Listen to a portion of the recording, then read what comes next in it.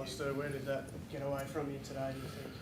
Oh yeah, sort of late in the first quarter and the whole of the second. They just played some terrific footy, and particularly their capacity to score from stoppage actually really hurt us through that period of the game.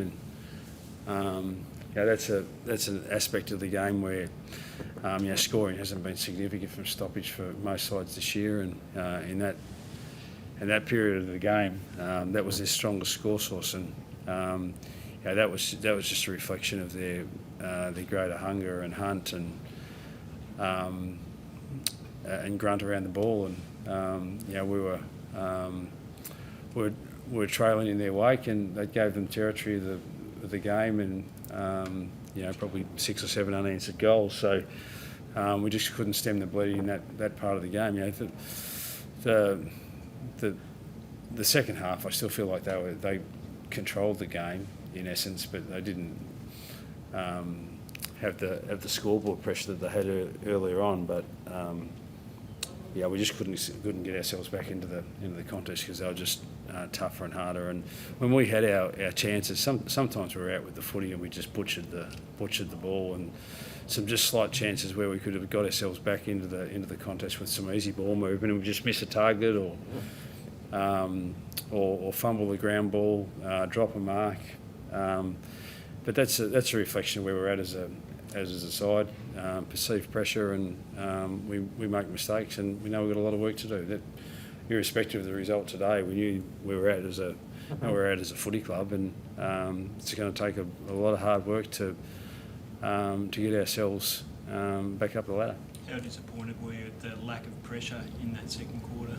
Yeah, well, the part of it is credit to the Hawthorn side. Some strong bodies, Nash and Newcombe and Warple, terrific strong body players that have all been around for a fair bit of time, and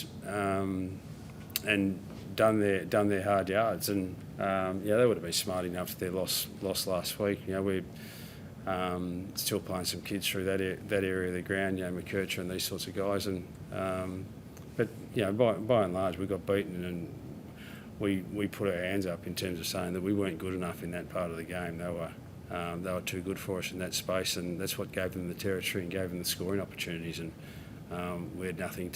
We tried a few things, and tried taking Zerha into the middle of the ground to give us a bit of strength through there. And that, he's a bull and got his hands on the footy, but just couldn't break out and help us in that space. So.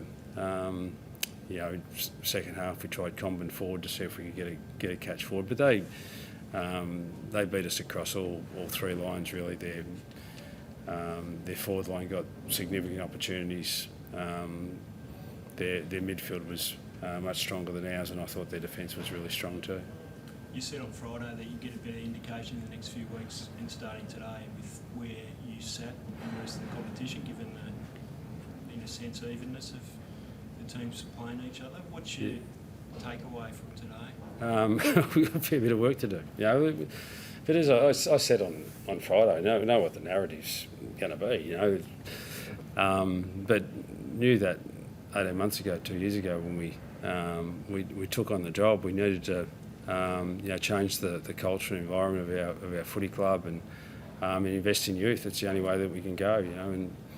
And that's what we've done. We don't back away from that. So we know where we're at.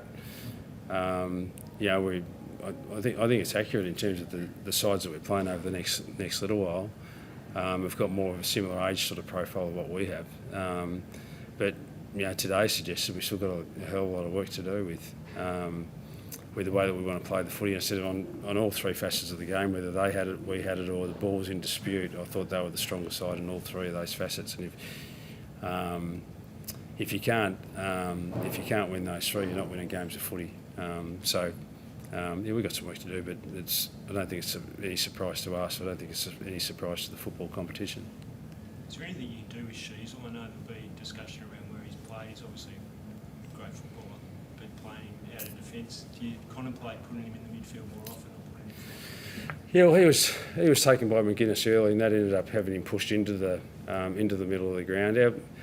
Our biggest challenge is not so much we want Sheasel in other spots on the ground, but it's just the balance of the side. It's just like, who do you take to half back to replace him? And you know, the other guys like Powell and Phillips and McKercher and these guys, we wanted to give them some exposure to the footy as well. So we'll probably explore that. We really wanted for him to try to consolidate his position at half-back in the first half of the year, and then see in the second half of the year whether that was more midfield or mid-forward opportunities. And we just might have to fast-track that a little bit now. It'll depend a little bit on the balance of the side. To date, we've been keen on him to try and consolidate down back, but we'll see where that takes us over the next little while.